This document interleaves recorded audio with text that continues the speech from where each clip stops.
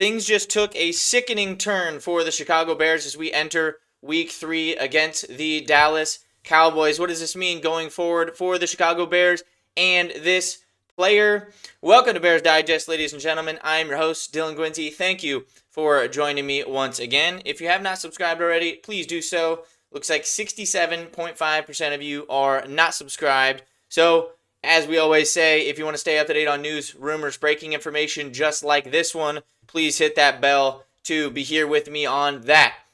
So, ladies and gentlemen, we have some unfortunate news for today and the rest of the season for the Chicago Bears. It almost seems like when it rains, it pours. I feel like this team is cursed in some way. I don't know how they're going to get over that curse, as we've kind of been stuck in that mediocrity and bad play and bad things happening to us for so long now. But what we're talking about today is the breaking news that some of you may have heard or not heard as of yet here today is the Jaylon Johnson injury. He is out for the season. If you guys can't read this tweet by Jordan Schultz quite well enough there, I can read it for you. So Bears All-Pro Jaylon Johnson is likely to miss the rest of the regular season with a groin injury that will require surgery. I'm told there's an outside chance that he could return late if Chicago is in contention, but for now, it's a devastating loss for the Bears defense. Well, ladies and gentlemen, we don't have to worry about the Bears being in contention, so it looks like we're not going to see Jaylon Johnson for the rest of the season. And that is just a detrimental blow to an already bad to poor defense that the Bears have and the way that they've been playing in the first 2 weeks. They were absolutely embarrassed last week, and I think they'll be continued to be embarrassed on the defensive side of the ball in the secondary as Jaylon Johnson is out for the year. He was their leader on this team. Instantly, when he was there in that first half, he made a couple of big plays. Now, it wasn't perfect by any means. Obviously, they still gave up points there, but he was kind of their leader. He was the guy talking between every possession. He was keeping guys up, and then went down with that injury. We have some breaking news as well on kind of the circumstances of this injury and how it relates to the last one. I think you guys will be surprised on that, but stay tuned here. We'll get into that here shortly. We got some press conferences that have been released here with Ben Johnson and the rest of the staff, so we'll kind of discuss what's coming out there. But obviously, we had some optimistic views earlier in the previous video that I just released regarding Odunze, so please watch that if you haven't already, just to get your hopes and mood a little bit up. But this one is not going to be in that realm of things there, as Jaylon Johnson is out for the remainder of the year. One thing I did want to note is this tweet that I just came across from the Bears blog. He does have some inside information with the Chicago Bears and kind of released this tweet here this afternoon. I did a pod with Dave and It's Vicky this summer and told them what I heard. That Jaylon would start season on PUP, which is physically unable to perform list. Nobody will convince me they didn't rush him back. Now he's going. And that's bad. Guys, if that is true, if there is truth to this, that is an absolutely horrific look that you cannot come back from for this training staff and the staff overall. I don't know who would be, I guess, like fully responsible for that. Obviously, players that want to compete and play will do their very best to do so and will fight to their God-given abilities to get back on the field. But if this training staff rushed him onto the field to start this year just to try to get him out there early and he wasn't actually ready, and then this happened, there's no coming back from that. People should be fired. Jaylon should be upset. People should be let go. I mean, that's horrible. And it's just devastating to hear that. Without Jaylon Johnson, this defense, it just really has no leadership. It has no grit. I feel like he was that kind of player that does fit Ben's style of play and like what he wants. Jaquan Brisker is probably another one, but Jaylon Johnson is obviously a way better player than what Brisker is. So I guess losing Jaylon, you don't really have any sort of mantra to this team or identity on the defensive side of the ball.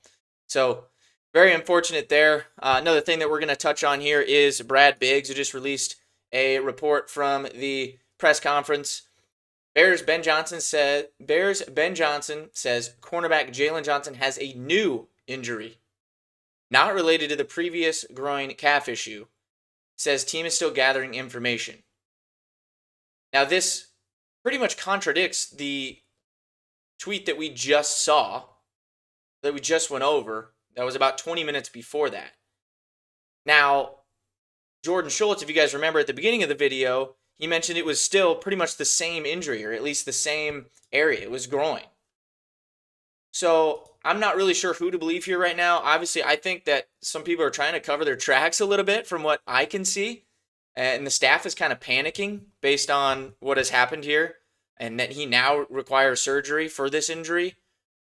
But all things point to it being the same thing. But Brad Biggs is directly reporting based on what Ben Johnson said, and he said it's not the same thing. It's a different injury.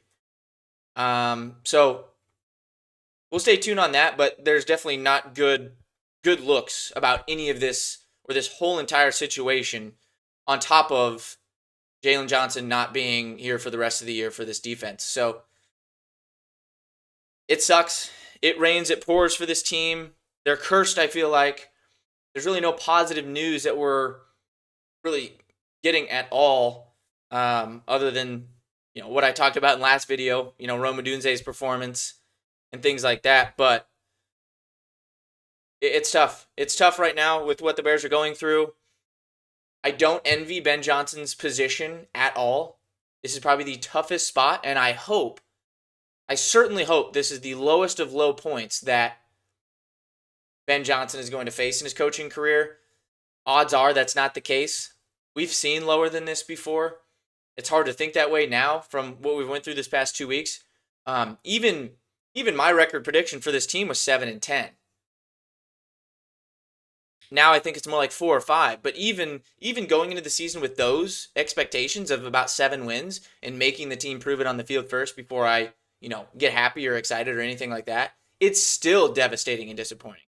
So I can't even imagine what certain fans are thinking that had this team as a playoff team or a playoff caliber team, 10 wins, 11 wins, things like that. I mean, this is bad. This is really bad. So we're going to stay tuned on further injuries and updates as we get them, and the injury report as we get into this week against the Cowboys. We have 15 more games left, ladies and gentlemen. I have no idea where it's going to go from here. But obviously there's going to be a lot of talking points going forward and probably a lot of changes. With this Jaylon Johnson injury, you have to look at adding a proven veteran corner.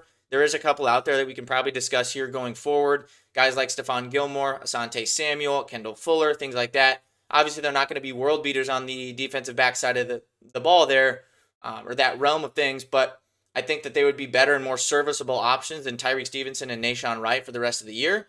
We still don't have Kyler Gordon back either at the nickel spot. So inevitably, I think they do have to add another starter there, or a guy that can start, and a veteran piece, for them to even not allow 400 yards passing the rest of the year, every game.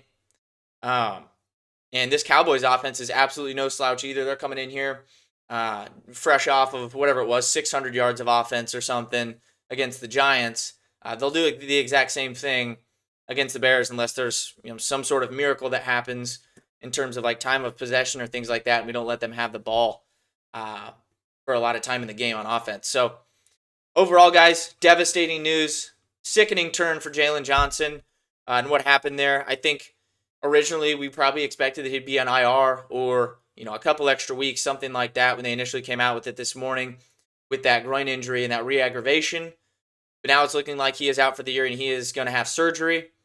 And also we have some conflicting reports on what that injury actually is when kind of the proof is right in the pudding there. You don't usually have surgery on something that just popped up yesterday, right? There would be a couple more second opinions. Maybe you try to see how it feels, things like that, unless it's something that's torn or, some big injury like that. This seems to be a re-aggravation of the previous injury that he had, that he was dealing with going up until this last game. Re-aggravated that in the groin, and now he is going to have surgery, and it's going to end his season. I feel bad for him mostly. Obviously, anytime you see a player go down, you feel really bad for him. This is their job. This is their career. Jaylon Johnson is a competitor, and he wants to be out there, and he wants to play. He has big goals for himself, and it sucks to see him not out there. So overall, guys, bad, tough news to hear, but it's stuff that we have to discuss and talk about. So thank you for joining me again here today on Bears Digest. We'll be back tomorrow with some more discussions about whatever does come up here in the next 24 hours. And as always, bear down.